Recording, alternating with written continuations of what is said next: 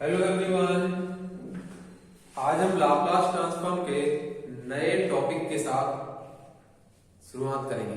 तो नया टॉपिक है division by T. Last lecture में, पिछले वीडियो में आपने देखा है मल्टीप्लिकेशन बाय टी, मतलब किसी फंक्शन में टी का मल्टीप्लिकेशन होता था। यहां पर हम पढ़ रहे हैं अभी division by t. Division by T means है कि कोई बेसिक फंक्शन है और उसमें टी का डिवीजन होगा, तो L F T upon T, ये आपका क्वेश्चन है। इस तरह का क्वेश्चन आएगा आपको, L F T upon T. इस तरह के क्वेश्चन को आपको सॉल्व करना है। और एग्जाम्पल आप ऐसे समझ सकते हैं,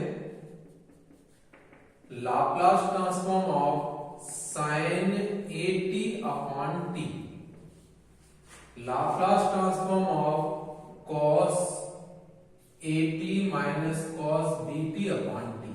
तो इस तरह के क्वेश्चंस को आपको सॉल्व करना है। तो आपने देखा कि लास्ट वीडियो में क्वेश्चंस यही थे, यही क्वेश्चंस थे, बस टी का मल्टीप्लिकेशन था। यहां पर क्या है, टी का डिवीजन है। तो टी का डिवीजन है, इसलिए इस मेथड का नाम है डिवीजन बाय टी। तो डिवीजन बाय टी से हमें इस तरह के क्वेश्चंस करना है। तो इसके लिए हम बेसिक समझते हैं। सबसे पहले क्या करना है, इस तरह के क्वेश्चन को देखकर आप समझ गए कि डिवीजन बाय टी का है। इसके न्यूमरेटर में जो भी फंक्शन है एफ टी, उस फंक्शन को अलग करके उसका लाप्लास फाइंड करना है।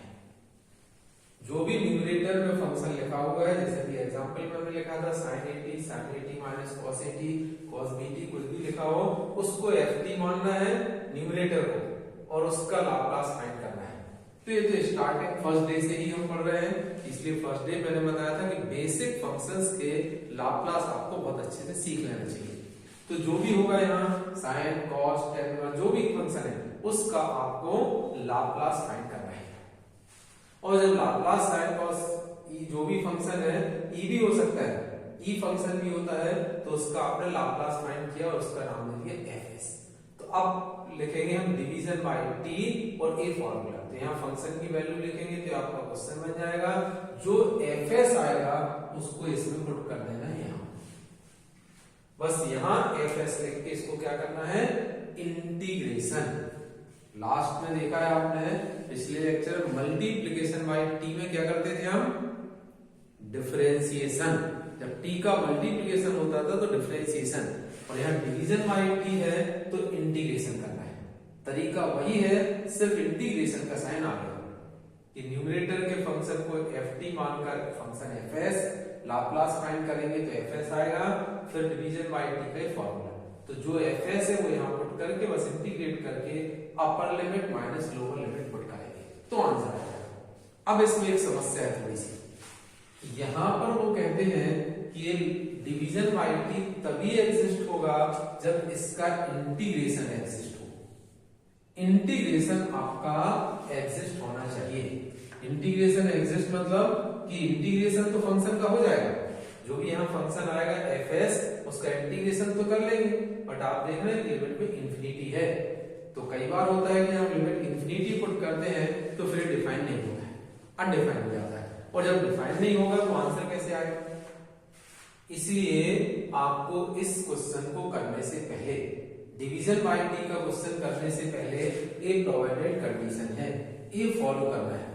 अगर ये कंडीशन है, कंडीशन फॉलो होती है, तभी डिवीजन बाय टी से वो क्वेश्चन होगा। अदरवाइज अदर मेथड्स है, ऐसा नहीं है कि डिवीजन बाय टी से नहीं हुआ तो नहीं, तो हम फिर नेक्स्ट उससे करेंगे। तो यहाँ पर आपकी कंडीशन क्या है प्रोवाइडेड, कि जो भी आप क्वेश्चन देखें सबसे पहले कंडीशन देखें, ये फॉलो होनी चाहिए। अगर ये फॉलो होती है तभी फिर हम एक प्रोसेस अप्लाई करेंगे। अगर यहाँ आ जाता है डज नॉट एग्जिस्ट, तो कंडीशन क्या है, लिमिट टी टेंड्स टू 0, और एक पूरा function F T upon T जो भी दिया है वो पूरा लिखना है। इसकी लिमिट फाइंड करना है। लिमिट क्या आना चाहिए, फाइनाइट एंड यूनिक। अगर फाइनाइट एंड यूनिक लिमिट आती है इट मींस एग्जिस्ट। तो लिमिट फाइंड करना आपको आना चाहिए। तो अब प्रोसेस क्या हुई क्वेश्चन की, एफ टी अपॉन टी को लिखकर लिमिट फाइंड करेंगे। ये फाइनाइट यूनिक वैल्यू आती है, इसका मींस एग्जिस्ट है, तो we can apply division by t. Division by t से हम इस क्वेश्चन को कर सकते हैं। तो डिवीजन बाय टी से करने का प्रोसेस, फिर न्यूमरेटर को F T, function Laplace find करेंगे एफ एस, यहाँ वैल्यू पुट करके इंटीग्रेशन। तो अब लिमिट आपको आनी चाहिए। तो लिमिट के लिए सीधा सा सिद्धांत होता है कि t टेंड्स टू 0 है तो 0 इसमें पुट कर दी, लिमिट t टेंड्स टू 0 तो 0 पुट करिए। तो देयर आर 3 कंडीशंस।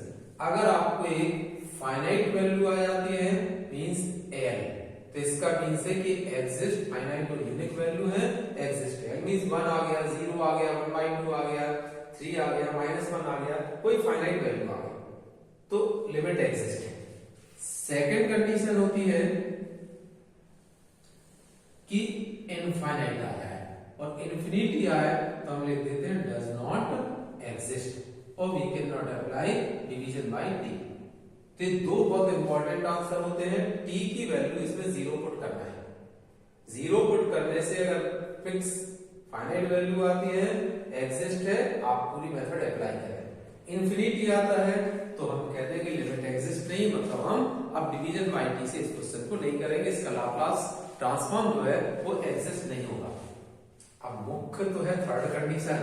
जो थर्ड कंडीशन है वो क्या आती है कि आपने t टेंड्स टू 0 लिखा और ये 0/0 आ गया। जब आपने t टेंड्स टू 0 लिखा और 0/0 आ गया, तो 0/0 का मीन्स होता है कि ऐसा नहीं कह सकते डज नॉट एग्जिस्ट या फाइनाइट, इसका मतलब है कि अभी ये डिफाइन नहीं है। तो इसके लिए हमें क्या करना होता है, आपने पढ़ा होगा L hospital rule. L hospital rule से हम पहले इसको डिफाइन करते हैं। एल हॉस्पिटल रूल जानते हैं हम लोग। एल हॉस्पिटल रूल क्या होता है, लिमिट t टेंड्स टू 0 तो है ही, आपको न्यूमरेटर को अलग डिफरेंशिएट करना है और डिनोमिनेटर को अलग। डिवीजन का फॉर्मूला नहीं लगाना, डिफरेंशिएशन करना है इसको अलग। तो एफ टी का फंक्शन होगा तो एफ डैश टी और टी का डिफरेंशिएशन 1। अब t टेंड्स टू 0 पुट करिए तो फिर तो आंसर आइदर एल और इंफिनिटी। एक्चुअल लिमिट के दो ही आंसर होते हैं, या तो फाइनाइट एंड यूनिक वैल्यू और इंफिनिटी। ये आंसर नहीं होता है, ये आंसर है, मतलब इसको आपको सिंप्लीफाइड करना है बाय एल हॉस्पिटल रूल। तो एल हॉस्पिटल रूल लगाएंगे, मतलब न्यूमरेटर को अलग, डिनोमिनेटर को अलग, डिफरेंशिएट करेंगे, फिर लिमिट पुट करेंगे।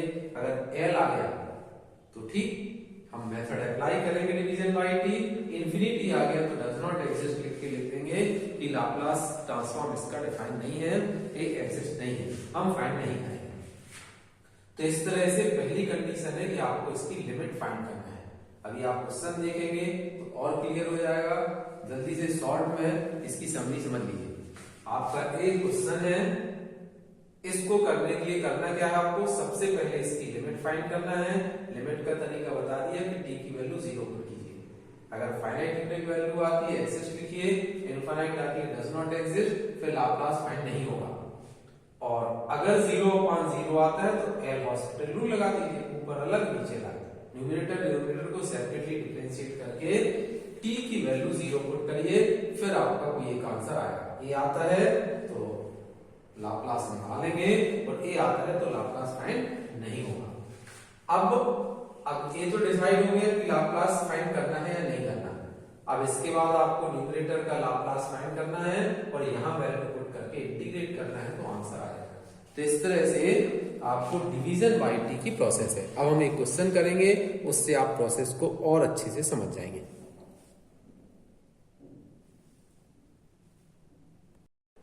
डिवीजन बाय टी का आप एक क्वेश्चन देखिए, सिंपल सा, prove that L sine t upon t cot inverse s. तो प्रूफ दिया हुआ है, इट मींस है कि इसका आंसर, ये क्वेश्चन है, आंसर है, तो सॉल्व करना है इसको।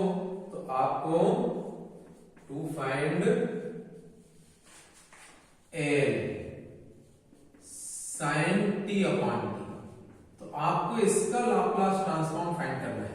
तो वैसे तो एक्चुअल में प्रूफ का क्वेश्चन है, आंसर गिवन है, मतलब इसका लाप्लास ट्रांसफॉर्म फाइंड हो जाएगा। बट आपको हैबिट में लाना है कि डिवीजन बाय टी के क्वेश्चन करने के लिए पहले कंडीशन चेक करना है। एग्जाम में लिखना भी है कि एग्जिस्ट है या नहीं है।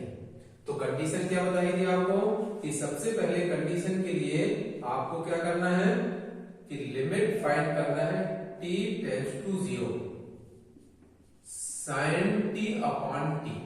इसके लिए लिमिट फाइंड करेंगे। तो t की वैल्यू 0 पुट करेंगे तो आ जाएगा 0, फिर यहां 0, तो एक्चुअली 0/0 आ रहा है। तो 0/0 मीन्स है कि a आपकी लिमिट डायरेक्टली फाइंड नहीं होगी, डिफाइन नहीं है, अनडिफाइंड। तो इसके लिए क्या बताया था अभी, एक्चुअल लिमिट के तो दो ही आंसर है। अगर फाइनाइट और यूनिक वैल्यू l आती है तो एग्जिस्ट, इनफाइनाइट आती है तो डज नॉट एग्जिस्ट। 0/0 मीन्स है कि अब आपको यहां कौन सा रूल लगाना है, एल हॉस्पिटल रूल। तो एल हॉस्पिटल रूल लगाएंगे हम। तो अभी क्या बताया था, L'Hospital rule, limit of t tends to 0, numerator को अलग, तो साइन का cos t और t का डिफरेंशिएशन 1। अब t की वैल्यू 0 पुट करेंगे। एक्चुअल 0/0 था, इसलिए अगर फाइनाइट यूनिक वैल्यू या इनफाइनाइट आ रहा होता तो एल हॉस्पिटल रूल नहीं लगाते।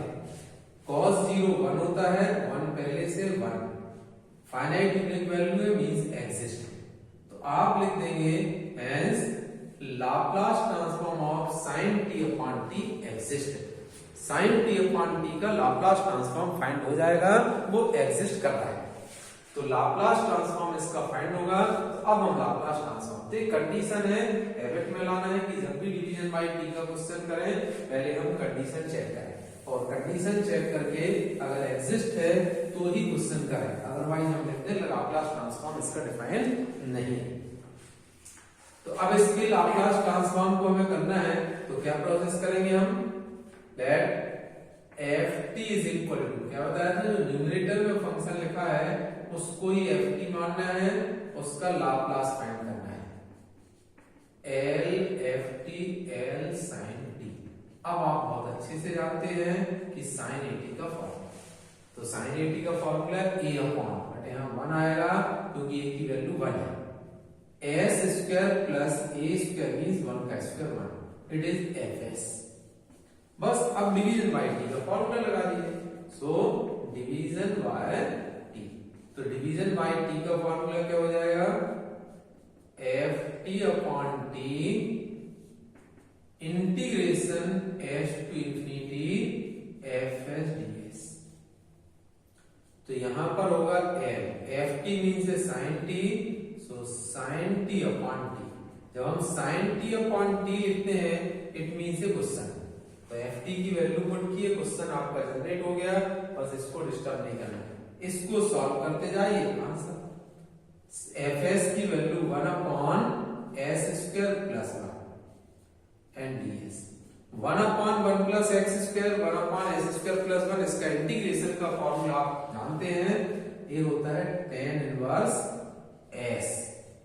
tan इनवर्स s इसका formula s to infinity, limit put करिएगा, tan inverse infinity minus tan inverse s, so tan inverse infinity is pi by 2। आप सभी जानते हैं, जब आप यहां लिखेंगे कि tan पाई बाई 2, तो tan पाई बाई 2 इंफिनिटी होता है, तो tan इस तरफ आएगा, तो tan inverse infinity is pi by 2। दूसरा कॉन्सेप्ट इसमें जो यूज हो रहा है वो है tan inverse x plus cot inverse x is equal to pi by 2। ऐसे तो sin inverse x plus cos inverse x is equal to pi by 2, sin inverse x plus cos inverse x equal sec inverse x plus cosec inverse x is equal to tan inverse x plus cot inverse x is equal to pi by 2 होता है। But यहां हमारा जरूरत है कि पाई by 2 minus tan inverse x, इसको transfer करेंगे इस तरफ, तो pi by 2 minus tan inverse x is equal to cot inverse x, तो यहां हो जाएगा cot इनवर्स s। ध्यान रखिएगा फॉर्मूला हमने x में बताया है बट यहां वेरिएबल s है, तो cot इनवर्स x, ये आंसर आ गया आपका। तो कभी कभी थ्योरी में लगने लगता है कि बहुत कॉम्प्लिकेशन है, कॉम्प्लिकेशन नहीं, थ्योरी में डिटेल समझाया जाता है, बट आप एग्जाम्पल से समझिए कितना सिंपल सा है। फिर से देखिए जल्दी से, sin t upon t question, सबसे पहले आपको डिवीजन बाय t में लिमिट टेस्ट करना है, लिमिट एग्जिस्ट है, देन हम लाप्लास ट्रांसफॉर्म फाइंड करेंगे।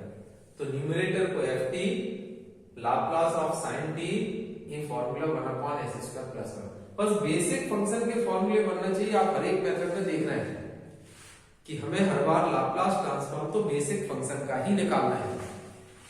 तो 1/s²+1 डिवीजन बाय टी का फॉर्मूला लिखा, ft की वैल्यू पुट की, क्वेश्चन बन गया, fs की वैल्यू यहां लिखी, बस इंटीग्रेशन आपको करना है। तो integration tan inverse s upper minus lower limit tan inverse into pi by 2, इसके बाद एक formula pi by 2 minus tan inverse x cot inverse, तो cot इनवर्स s आपका आंसर आ गया। तो इसी तरह से भी और भी क्वेश्चन करेंगे, इसके क्वेश्चंस प्रैक्टिस करेंगे, तो आपको ये डिवीजन बाय टी का मेथड समझ में आ जाएगा। और डिवीजन बाय